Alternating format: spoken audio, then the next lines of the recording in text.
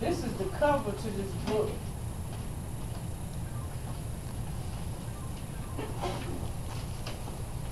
Pass it around. I'll put on this. I tell you, put on my different book.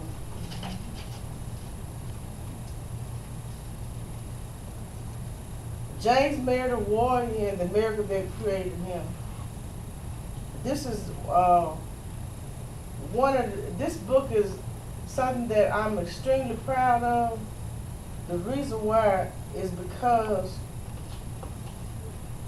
it was classified as a textbook. And college students are studying this. It's been classified as popular culture. And some places have it classified in their library, college libraries, as ethnic studies, but most people are calling it popular culture. That's the culture 50 years ago and before then of James Meredith and his generation. And for this book to be at Stanford, Emory, Duke, a couple of places in Australia, of Canada, South Africa, and to be matriculated in colleges across this great nation gives me the greatest joy, because there are too many of us who don't know what happened 50 years ago. And I think that we need to know what happened then so that we can change the future. This is what you call, this is a leather-bound edition of this book. It's what you call rare. This is one of 50. I had my uncle to sign it, and I signed it to me and my husband. It's what you call limited edition of a book.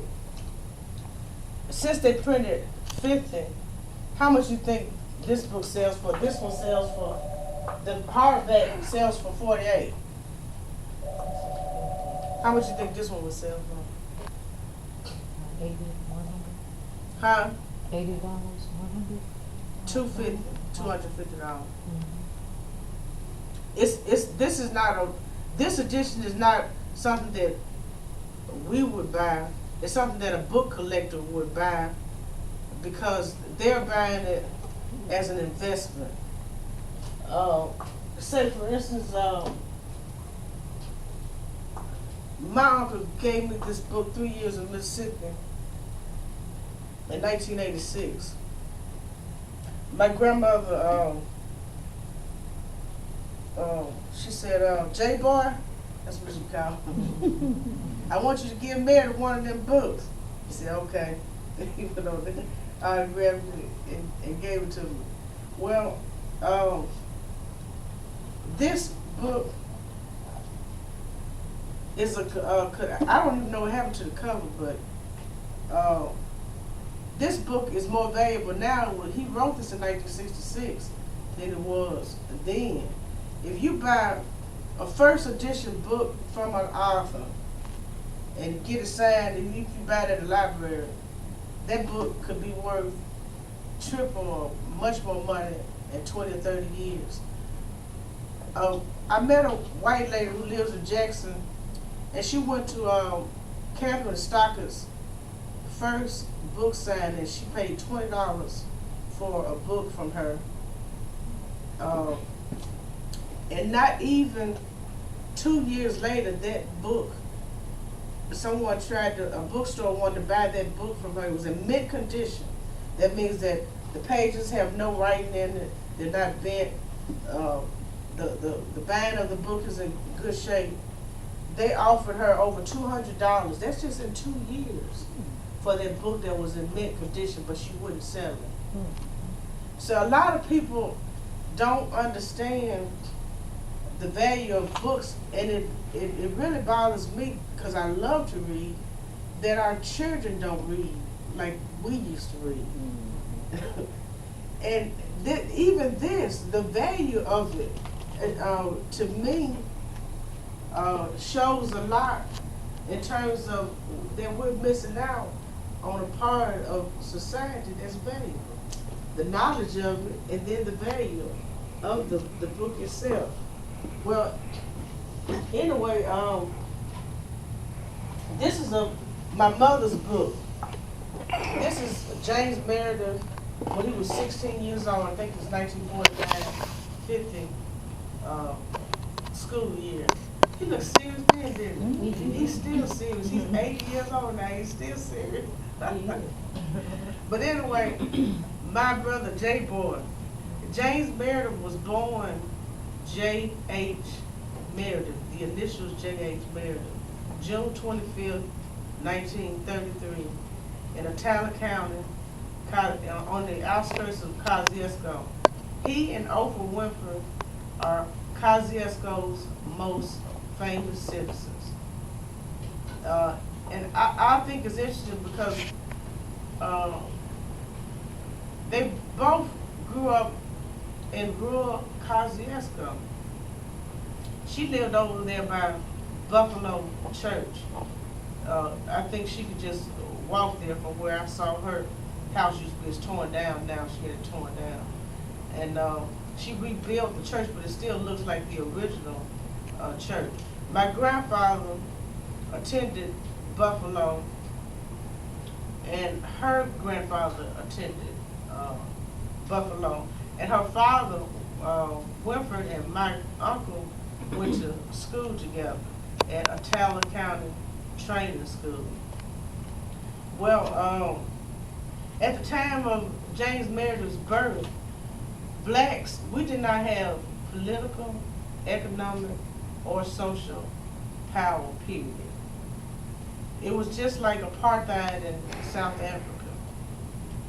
And at the time of his birth in 1933, the lynching of black men was America's greatest social evil. And at that time, we did not have enough political clout in Congress. And we had a Democratic president, Roosevelt, to even get an anti-lynching bill passed in Congress. In 1933, only 5% of blacks in the South were registered voters.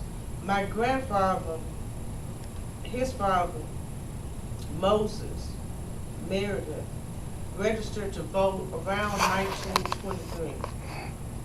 That's the same year that he bought 84 acres of land. And he voted all the time. He paid his poll tax too. But he didn't have any political representation in government. But he still went and voted. But not far from there, in the Delta, there were counties where there were no black registered voters, period.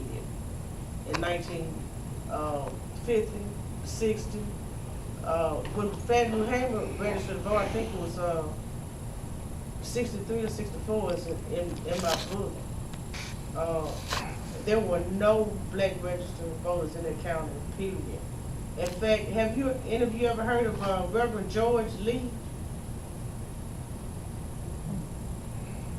That's what one of the things I tried to do when I wrote James Meredith Warrior in America that created him. I wanted to share with readers some of the